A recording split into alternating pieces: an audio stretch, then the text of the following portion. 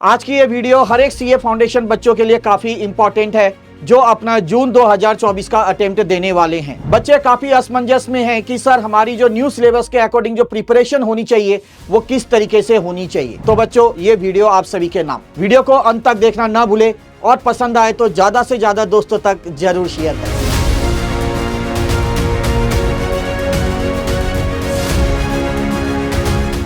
जय श्री श्याम दोस्तों।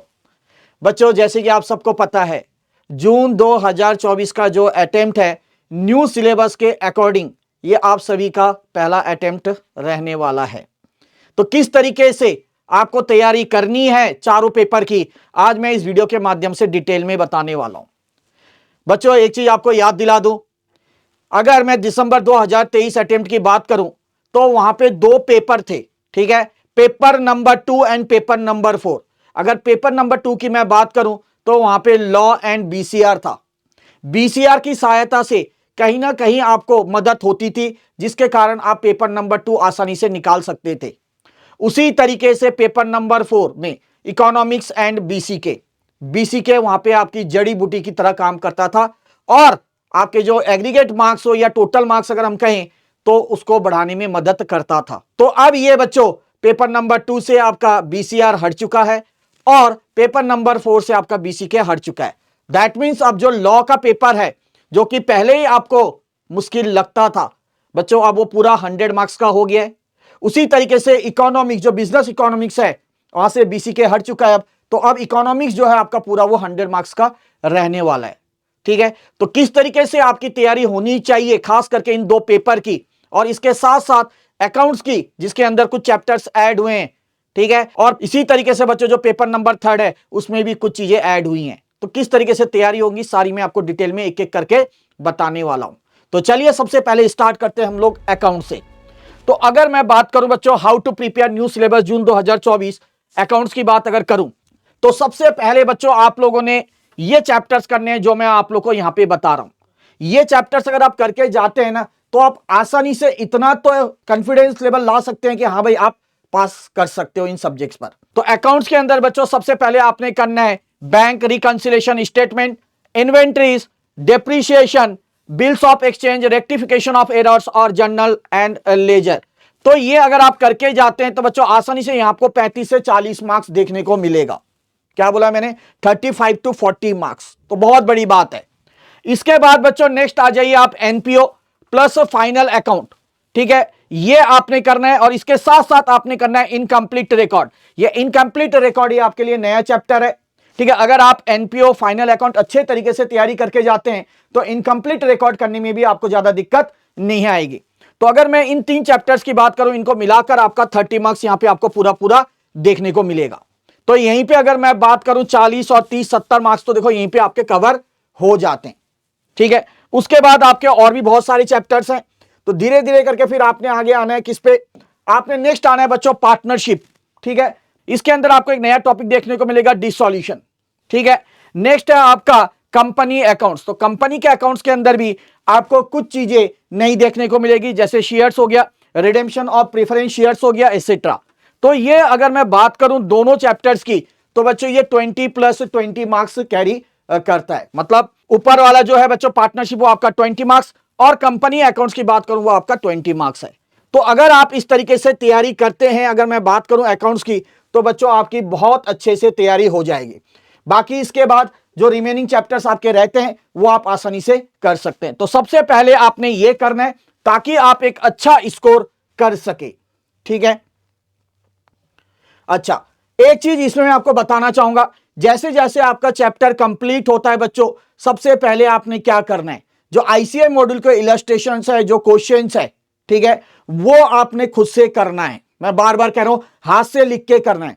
जिनके पास हमारी परफेक्ट प्रैक्टिस बुक है उनको आईसीआई मॉड्यूल छूने की भी जरूरत नहीं है क्योंकि हमारे परफेक्ट प्रैक्टिस बुक के अंदर आपको पास्ट एग्जाम्स के जो क्वेश्चंस है, ठीक है, आईसीआई मॉड्यूल के जो क्वेश्चंस है या इलस्ट्रेशंस है वो सब चीज आपको देखने को मिलेंगे, चाहे वो आरटीपी के क्वेश्चंस हो चाहे मॉक टेस्ट पेपर के क्वेश्चंस हो, सब देखने को मिलेंगे, ठीक है। तो एक एक क्वेश्चन आप लोगों ने अपने हाथ से करना है, बार बार मैं यही चीज कह रहा हूं, तभी जाके आप अकाउंट्स का पेपर निकाल पाएंगे। उसके बाद आता हूं मैं नेक्स्ट पेपर पे लॉ के ऊपर।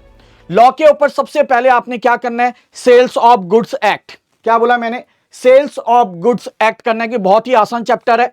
इसके साथ साथ आप पार्टनरशिप एक्ट करेंगे। अगर ये दो चैप्टर्स की मैं बात करूं, इन दो चैप्टर्स को मिला के ही आपको सीधा सीधा 40 मार्क्स देखने को मिलेंगे। नेक्स्ट आ जाइए आप नेगोशिएबल एक्ट और कंपनीज एक्ट, इन दोनों चैप्टर को मिला के आपका 35 मार्क्स आपको देखने को मिलेंगे। तो टोटल देखो आपके यहीं पे 75 बनते हैं। इसके बाद आपका एलएलपी है, इंडियन कॉन्ट्रैक्ट एक्ट है, ठीक है, वो आप धीरे धीरे करके करते रहना। पर सबसे पहले आपने ये करना है, क्योंकि ये चैप्टर जो है वो आसानी से आप कंप्लीट कर लेंगे, ठीक है ना। 70 मार्क्स आपका या 75 मार्क्स के लगभग आपको एक श्योरिटी हो जाएगी कि मैं ला सकता हूं। बाकी फिर आस्ते आस्ते इंडियन कॉन्ट्रैक्ट एक्ट, जैसे मैंने आपको कहा, एलएलपी हो गया, वो आप धीरे धीरे करके करते रहिए। इसके अंदर क्या चीज खास ध्यान रखनी है, इसके अंदर राइटिंग प्रैक्टिस चाहिए, ठीक है।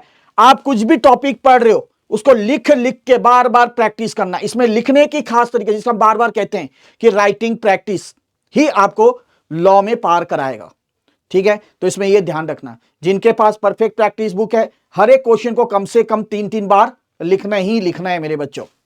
अब आते हैं हम लोग पेपर नंबर 3, ठीक है, जो कि है हमारा क्वांटिटेटिव एप्टीट्यूड, ठीक है। पहले इसका नाम था आपका business mathematics statistics and logical reasoning, सिर्फ नाम बदला है, ठीक है, क्वांटिटेटिव एप्टीट्यूड। अब बच्चों इसके अंदर आपने क्या देखना है, सबसे पहले आपने करना है मैथमेटिक्स ऑफ फाइनेंस। आपको पता है time value of money, yes sir, वही चैप्टर है ये, सेम नाम बदला है, बस क्वेश्चंस वही है, सब टॉपिक वही है, कुछ अलग नहीं है। पहले भी यहां से आपको 12 से 14-15 नंबर के क्वेश्चन देखने को मिलते हैं, अभी भी आपको 12 से 15 मार्क्स ही देखने को इस चैप्टर से आपको मिलेंगे। बहुत इंपॉर्टेंट चैप्टर है ये, चाहे नॉन मैथ्स बैकग्राउंड का बच्चा हो, चाहे मैथ्स बैकग्राउंड का बच्चा हो, हर किसी ने बहुत अच्छे तरीके से प्रैक्टिस करना है। मैं बार बार कह रहा हूं, हर एक क्वेश्चन प्रैक्टिस करना है, बार बार मैं वही चीज कह रहा हूं, किससे, पीपी बुक से, ठीक है।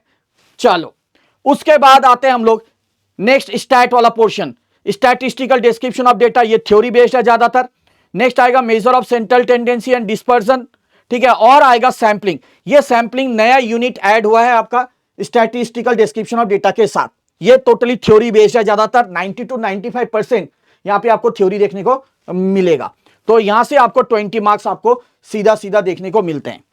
उसके बाद बच्चों और भी है स्टैट्स के अंदर, correlation and regression, totally formula based है, यहां से 5 मार्क्स आपका देखने को मिलेंगे। इंडेक्स नंबर, यहां से भी थ्योरी पूछी जाती है, लगभग आपके 5 मार्क्स के, ठीक है। और उसके बाद लास्ट आपका रह गया लॉजिकल रीजनिंग, जो कि आपका 20 मार्क्स का देखने को मिलता है। तो अगर मैं यहां पे टोटल कैलकुलेट करूं, 20 और 10 30, 30 और 20 50 और 60 और 65, तो देखो 65 तो यहां पे आपका आराम से आ रहा है, 62 65। इसके बाद और भी चैप्टर्स है, जैसे रेशियो प्रोपोर्शन, है ना, 5 से 6 मार्क्स लगा लो। उसके बाद आपका इक्वेशंस हो गया, सीक्वेंस एंड सीरीज हो गया, ये चैप्टर भी हर कोई कर सकता है। बट सबसे पहले आप लोगों ने इस तरीके से इसको करना है तैयारी।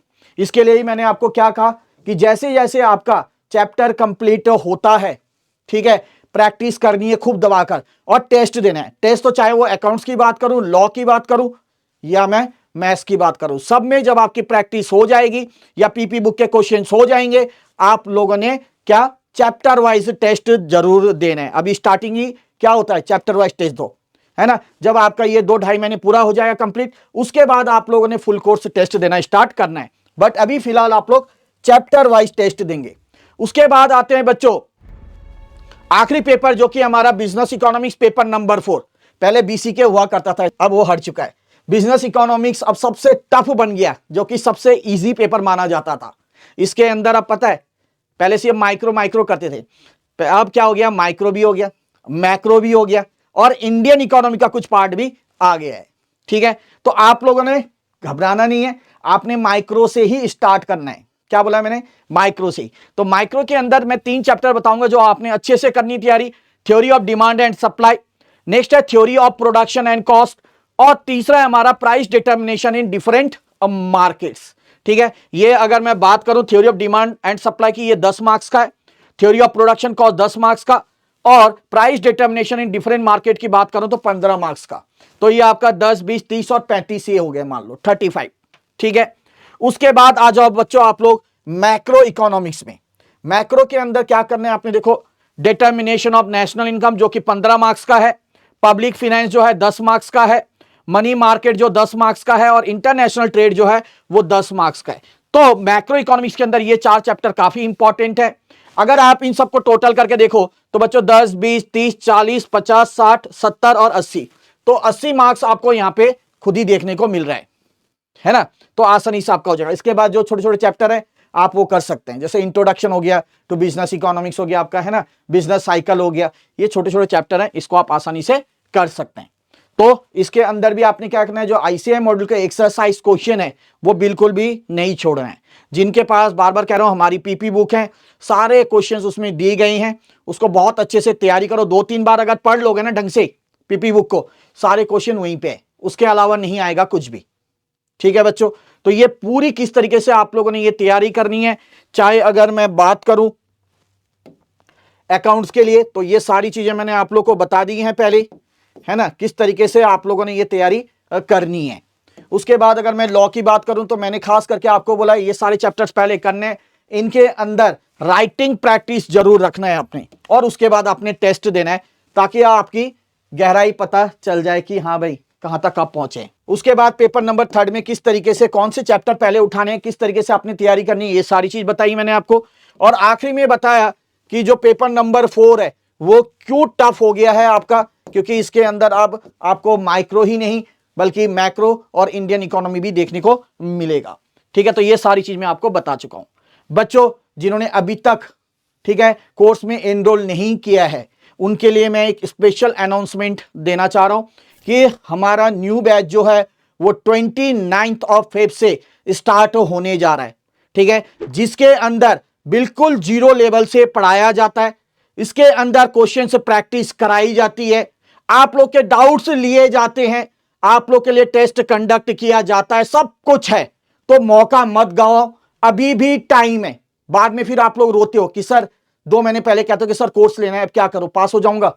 तो अभी भी मौका है, ज्यादा समय नहीं गया बच्चों। लिंक आपको डिस्क्रिप्शन में दिया गया है, फटाफट जाइए और कोर्स में एनरोल कीजिए, क्योंकि 29 फेब ज्यादा दूर नहीं है। मिलते हैं बच्चों आप सभी से क्लास में, तब तक के लिए जय श्री श्याम।